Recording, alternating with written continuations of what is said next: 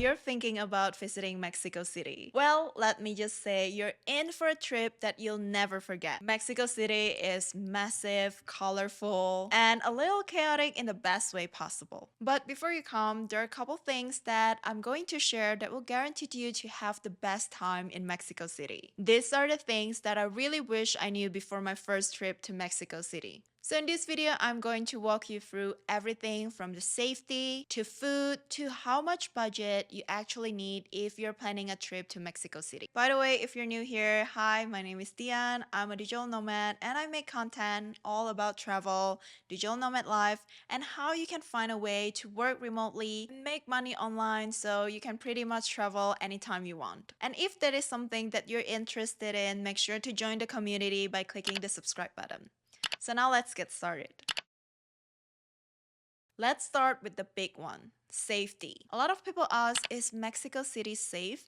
And to be honest, that is also like one of my biggest concerns before coming here. And I would say that it is actually safe, especially if you stick to an area like Roma Norte, La Condesa, or Polanco. Yes, this area are more touristy and this is where most expats lived in, but you'll feel totally fine walking around during the daytime or even the nighttime. These areas are also full of cafes, parks, restaurants, and a lot of different activities. So if it's going to be your first time coming to Mexico City, then I would highly recommend to stay in this area. And of course, like any other big city, there are areas that you want to avoid, especially late at night. And you definitely want to be more aware of your surroundings. Like you can practice some mindful things like keeping your phone or your belongings in your front pocket, or don't wear flashy jewelry when you're going out. And if you think a street looks sketchy, then just don't walk there alone, especially if you're a female traveler. A few extra tip is to use transportation app like Uber or Didi instead of just taking a random street taxis. And yeah, aside of that, I've been feeling pretty safe here. To be honest, when I first come here, obviously I have to adjust a little bit because I was staying in Asia for the longest time, places like Japan or Thailand, and obviously you cannot compare the safety with Japan, but also I think I could have saved myself a lot of time from worrying because it wasn't as bad as it sounds.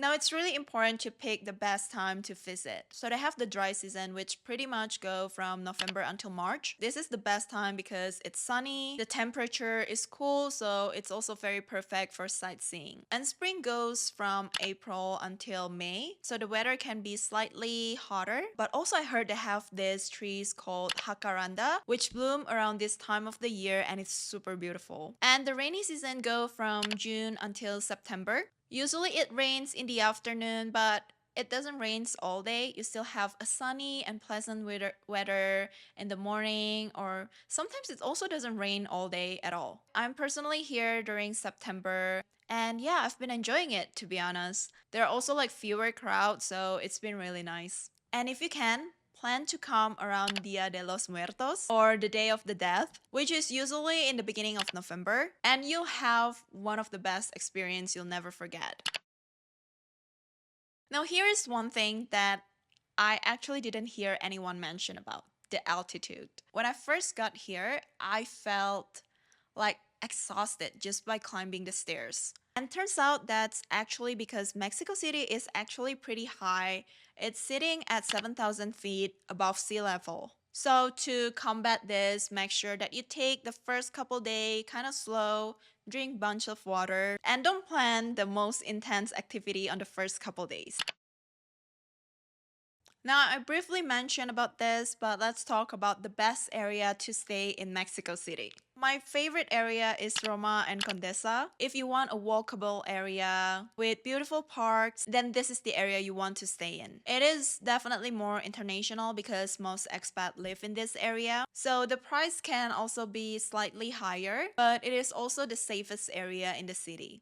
So I want to show you guys what $2,000 Airbnb in Condesa looks like. When you walked in, this is pretty much the entire living room and also the kitchen. So this is the bedroom. I do like that they have a huge bed here. Over here we got a desk where I usually work from, and yeah, that side is for the clothes. Another closet over here. I gotta say though, I'm a little bit surprised that most of the condo here doesn't comes with an air conditioner. Even like this one, they only have a fan. And I guess I heard that the weather in Mexico City has always been like not too hot, which is really nice. So I haven't had any problem going to sleep. It wasn't too hot.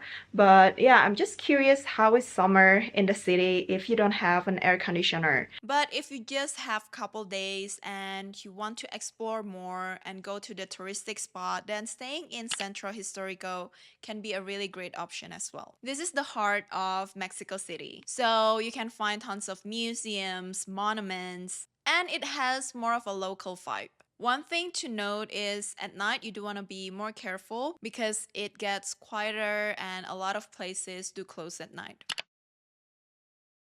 Next is internet and SIM card. Well, getting internet in Mexico City is super easy. Even at the park, sometimes you've seen a sign where they said Internet para todos, which meant internet for all. It's basically the city's public Wi-Fi network that you can use. And you'll see it in the parks, at the square, or even at a random street sometimes. If you're staying here long term and you want to get a local SIM card, then I would highly recommend to get it from Telcel. But if you don't need a Mexican number, then I would just highly recommend to use an eSIM because it is more affordable, it is very convenient, you can set it up even when you got to the airport. I personally use UBG eSIM and it's been working really well since I landed. I think I actually have a discount code. I will leave the link down below in the description box below if you want to grab it. Now, in terms of transportation, they actually have different type of public transportation that you can use, starting from the metro, the bus. You can even rent a bicycle here. But the most convenient way is definitely grabbing an Uber or Titi. It is relatively cheap, very safe, and reliable. But if you're staying in a neighborhood like Roma or La Condesa, then walking around could be a great option. I pretty much walk like 80% out of my time here. I think walking around is also the best alternative to actually enjoy the neighborhood. Now, in terms of language and etiquette, obviously Spanish is the spoken language here. In more of a touristic area, some people do speak some basic English, but I think learning couple phrases can goes a long way. And people here are very friendly. Don't be surprised if you're walking at the park or like on the street somewhere and people just say hello or like start asking where you're from. And if you're wondering what's the ideal time to explore the city, since the city is huge, then I would recommend at least 5 to 7 days. But if you only have 3 to 4 days, then you can explore area like Coyoacan, Chapultepec, and maybe watch a Lucha Libre show. I'm heading to a Lucha Libre show right now, and look at this. We're gonna put on this mask. So we book a tour, a Lucha Libre tour that will take you to the show. They also explain everything about the show, so you don't just like go in there not knowing anything. So far, Mexico City has been very different from any other places that I visited before. I've been enjoying it a lot so far. Like the food, the people, the culture, the history. There's so much that Mexico City has to offer. So if you're planning to come here, I'm pretty sure you're gonna have the best time. But yeah, that's it for this video. If you have any other question about Mexico City, you can leave it in the comment section down below. Don't forget to subscribe and like this video if you enjoyed so far, and I'll see you on my next one. Bye!